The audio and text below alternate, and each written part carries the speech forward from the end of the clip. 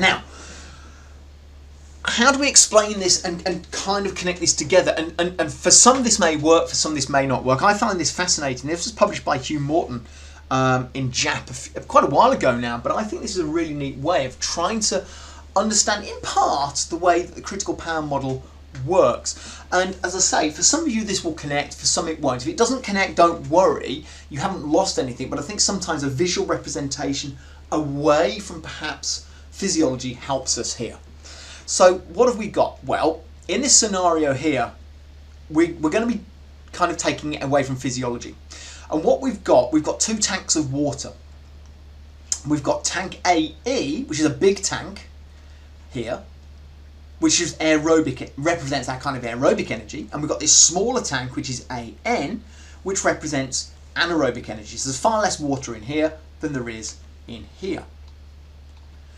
What we've then got is this tank, as we know physiologically, aerobic energy is pretty much infinite. We know we can work aerobically. It's pretty much, can be sustained pretty much indefinitely. Hence the tank has no boundary on it. You've got to kind of imagine the tank just keeps going and going and going. The L1 here is a connecting tube. Now the key thing you've got to understand here is that it's a connecting tube of a fixed diameter. So the diameter of that tube never changes in this model. So that's going to determine if that tank is connected to this tank, that diameter determines the rate at which fluid can empty from this tank into this tank. That is going to be our critical power, and you'll see how that fits. So all I want you to remember is the diameter of this tube here, which connects aerobic energy to anaerobic energy, water coming from this tank and flowing into this tank, is our critical power. This tank, AN, is of limited capacity. You can see it's quite small, and the amount of fluid, you can't get more fluid in this tank than the tank can hold, compared to this tank, which is aerobic, which we said pretty much is infinite, right? You can work aerobically for pretty much, I'm not going to say forever, but a huge amount of time. And this is generally denoted by what we're terming the anaerobic work capacity. I want to rephrase that a little bit. I want you to rather than capacity, I want you to think of that as capability. So anaerobic capability. Okay. We then have a tap.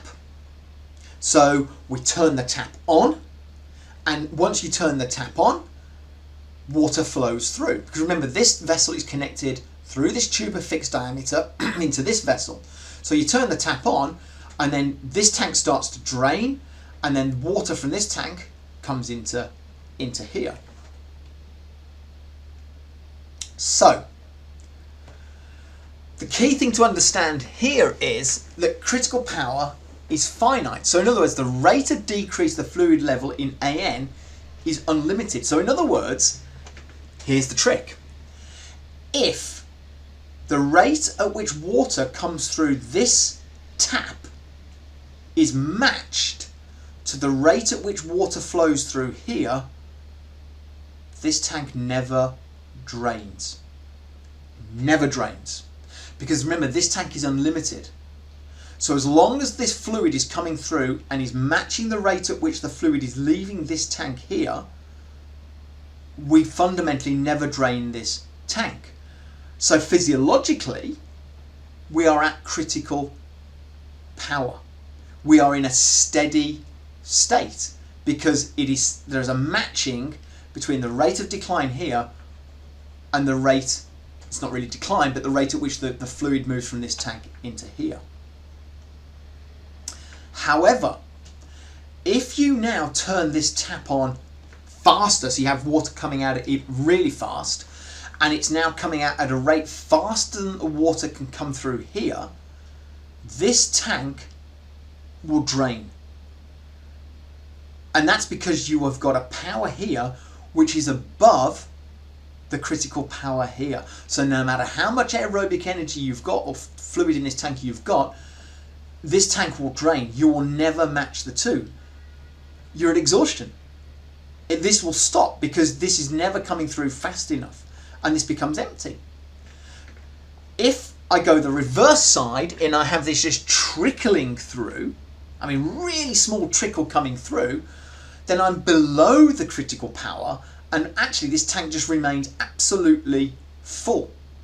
What you're looking for is this perfect balance where this tank is never draining. It'll be pretty low, but it's never draining because fluid is always coming through, matching the power here to the flow here. And that is a really neat example of critical power for us.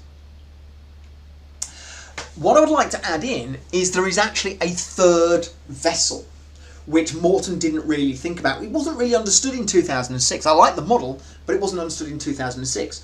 There is a third vessel, and it's slightly harder to explain in the concept of this, but it is connected, and this vessel is what we call W prime. And the key to understand with this is that if R1, that is the flow of fluid here, is matched to the power here, this tank doesn't really change. Its volume doesn't change. But if R1 is not matched, in other words the power here is really high, the fluid is coming out here at a really fast rate. What I want you to imagine is, I don't know how you may think of this, it's like having a filter system. There are particles, it's like a filtration system, that are coming into this tank here, and this tank starts to fill up. So in other words, the rate of decline in this tank is matched to the rate of filling in this tank, the W prime. The W prime is going to be at the heart of our understanding now of critical power.